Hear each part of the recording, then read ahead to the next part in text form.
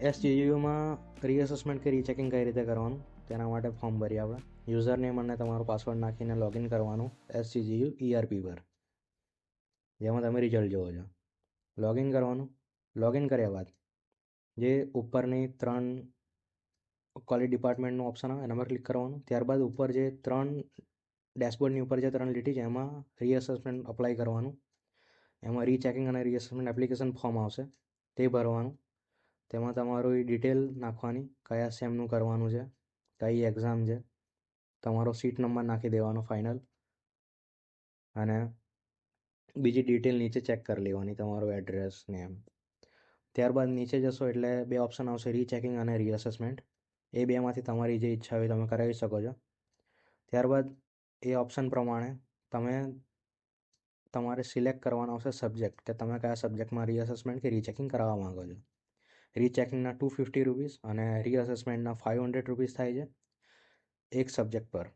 જેમ જેમ તમે સબ્જેક્ટ સિલેક્ટ કરશો જેટલા, તેમ પ્રમાણે એનું પેમેન્ટ ફી અમાઉન્ટ થશે. એના પર સબમિટ થયા બાદ તમારે સક્સેસ આવશે, ડેટા થઈ ગયો છે સક્સેસફુલી સેવ. હવે તમારે તેને કમ્પ્લીટ સેવ કરવો પડશે, જેનાથી તમે એડિટ ના કરી શકો. તેના માટે ફ્રીઝ કરવાનું ડેટા ઓપ્શન આવશે, તે કરશો ત્યારબાદ તમે ફી પેમેન્ટ કરી શકશો. એના વગર તમે ફી પેમેન્ટ કરી શકશો નહીં. એટલે સબમિટ કર્યા બાદ સૌપ્રથમ ઓકે દબાવ્યા બાદ ફ્રીઝ ડેટા પર જવાનું અને ક્લિક કરવાનું. ત્યારબાદ તમને એ પૂછશે કે આ તમારી એડિટ નહીં કરી શકો તમે, આ તમારું ફાઇનલ છે, એટલે ઓકે કરી દેવાનું. ઓકે જેમ તમે કરશો એટલે તમે એક નવા પેજ પર આવી જશો.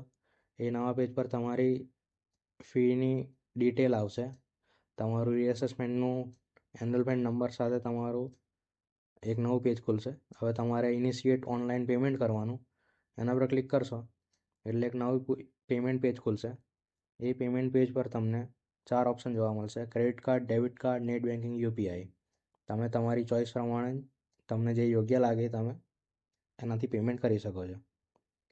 યુપીઆઈનું ઓપ્શનમાં તમને સ્કેનર મળી રહેશે, જે તરત પતી જશે, કોઈ વાંધો નહીં આવે.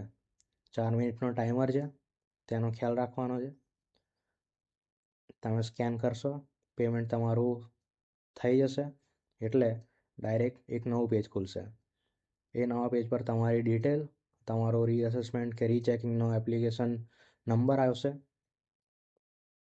અને તમારે ટ્રાન્ઝેક્શન ડેટ ને આ જે છે એ તમારી એક રિસિપ્ટ મળી છે તમને, જેને તમે સેવ કે અથવા પ્રિન્ટ કરાવી શકો છો. એ તમારે જો કોઈ જગ્યાએ માંગે તો બતાવવા કામ લાગશે, પરંતુ કોઈ જરૂર પડતી નથી. આ તમારી સંપૂર્ણ પ્રોસેસ ઓનલાઈન પૂરી થઈ જાય છે.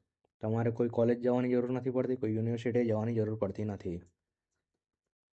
રીઅસેસમેન્ટ અને રીચેકિંગનું જે સર્ક્યુલર છે એ યુનિવર્સિટીમાંથી બહાર પડતા હોય છે, તે તમારે જોતા રહેવું પડે છે, તેની વેબસાઇટ ચેક કરવાની હોય છે.